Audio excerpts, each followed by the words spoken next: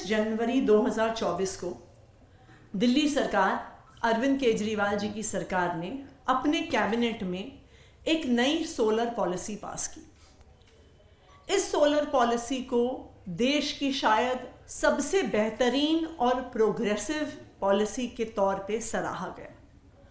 ये एक ऐसी पॉलिसी है जो दिल्ली में रहने वाले 400 यूनिट से ज़्यादा बिजली कंज्यूम करने वालों को भी ज़ीरो बिजली का बिल मिल सके, इसका प्रावधान करती है। अभी तक दिल्ली में दिल्ली सरकार 200 यूनिट तक बिजली फ्री देती है, 200 से 400 यूनिट पे 50% सब्सिडी देती है।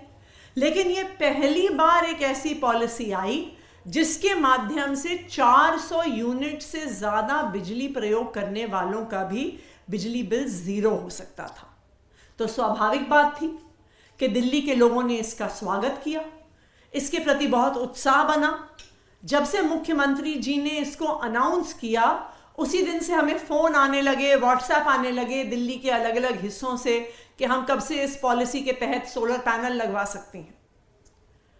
जो एक दूसरा महत्वपूर्ण प्रावधान इस पॉलिसी का था वो ये था कि सोलर पॉलिसी के हर यूनिट को जनरेट करने पर जो अपने घर पे सोलर रूफटॉप लगाएगा उसको सरकार बिजली बनाने के पैसे देगी। दैट मीन्स कि अगर मेरे घर के छत पर सोलर प्लांट लगता है, मैं जितनी बिजली जनरेट करती हूं मुझे फ्री तो मिलेगी, लेकिन उसके अलावा सरकार इस सोलर पावर जनरेशन के लिए मुझे अलग से पैसे देगी। 3 किलोवाट तक की बिजली के लिए 3 रुपए यूनिट इंसेंटिव दिया जाएगा सरकार से, और 3 किलोवाट से 10 किलोवाट तक 2 रुपए प्रति यूनिट का इंसेंटिव दिया जाएगा। तो ना सिर्फ मेरा बिजली का बिल ज़ीरो आएगा, मैं सोलर पावर प्लांट के माध्यम से, रूफटॉप सोलर पावर प्लांट के माध्यम से पैसे कमा भी सकती।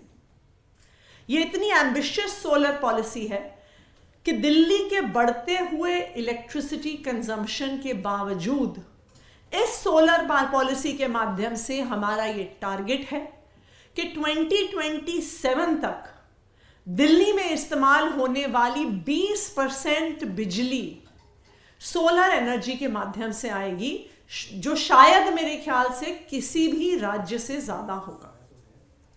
29 जनवरी को इस पॉलिसी को कैबिनेट द्वारा पास किया गया। उसके 2-1 दिन बाद एक ऑफिशियल नोटिफिकेशन कैबिनेट के डिसीजन का आया। फिर पावर डिपार्टमेंट ने इस फाइल को एलजी साहब के पास भेजा। यह बहुत दुख की बात है कि एलजी साहब द्वारा इतनी बेहतरीन सोलर पॉलिसी जो दिल्ली के लोगों को फायदा देगी, जो पर्यावरण को फायदा देगी, जो प्रदूषण को कम करेगी, एलजी साहब सबसे पहले तो इस फाइल को लेके बैठ गए। उन्होंने कई दिन तक इस फाइल को वापस ही नहीं भेजा। फिर इस मुद्दे को पावर डिपार्टमेंट ने एलजी ऑफिस से परस्यू किया। मैंने व्यक्तिगत तौर पर एलजी ऑफिस से बात कर करके कई बार यह सवाल पूछा कि सोलर पॉलिसी की फाइल कब वापस आएगी, क्योंकि हमें सोलर पॉलिसी को नोटिफाई करना है। हमारे इतने परस्यू करने के बाद जब एलजी साहब इस फाइल को और रोक नहीं पाए तो उन्होंने ऊल जलूल सवाल लगाकर इस फाइल को वापस भेज दिया।